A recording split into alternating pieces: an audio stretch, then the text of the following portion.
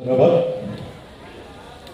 মই আমাৰ এই বৰাক উপত্যকাত বিহুৰ বাতাবৰণ বজাই ৰাখি খুব সুন্দৰভাৱে এই ৰাঙলীৰ এটা পৰিৱেশ সৃষ্টি কৰা সম্বন্ধিত হ'ব।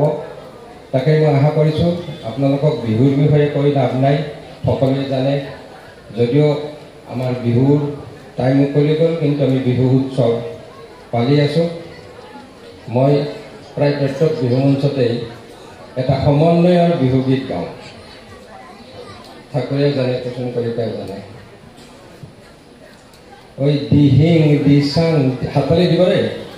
দিহিং দিচাং দিখৌ জাজি ধনশিৰি বহু নদী লগ লাগি বহু নদী লগ লাগি বৈনু ব্ৰহ্মপুত্ৰ মহানদী নাচনি সেইদৰে ঐ নাচনি বড়ো মিচিং কছাৰী নানা জাতি লগ লাগি নানা জাতি লগ লাগি হয়নো অসমীয়া মহাজাতি নাচনি।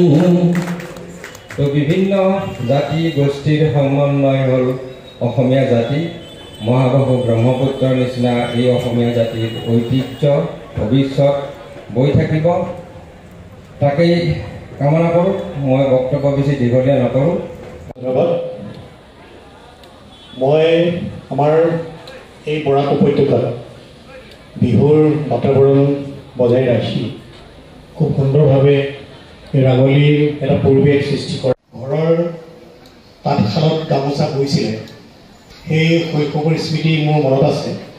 কেনেদৰে কিমান ফূৰ্তিত মোৰ আয়ে মোৰ দেউতালৈ গামোচা বৈছিলে, কেনেদৰে আয়ে সেই তাঁতশালৰ পৰা বিহু দিনাখনৰ আগতীয়াকৈ গামোচাখন কাটি উঠি পেলাই কেনেদৰে দেউতাক পিন্ধাইছিলে, তাৰ ওপৰত মই এটা কবিতা লিখিছিলোঁ।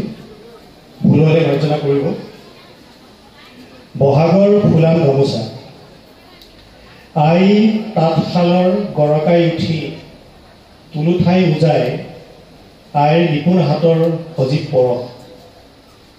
আইৰ তাঁতশালখনৰ গৰকাই উঠি তুলু ঠাই উজাই আইৰ নিপুণ হাতৰ সজীৱ পৰশ।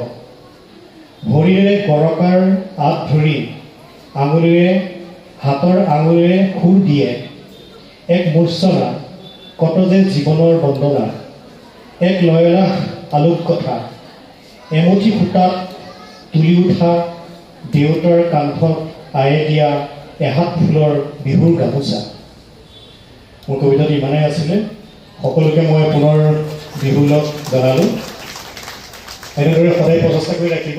ইমান দিন থাকি মানুহ আপোনালোকৰ ৰঙাদেৱীৰ তৰফৰ পৰা তথা লাভ যাচিছোঁ। তেখেতসকল ইমান ব্যস্ত জীৱন পিছতো আমাৰ অনুৰোধী আহি আমাৰ মঞ্চৰ অনুষ্ঠানসমূহত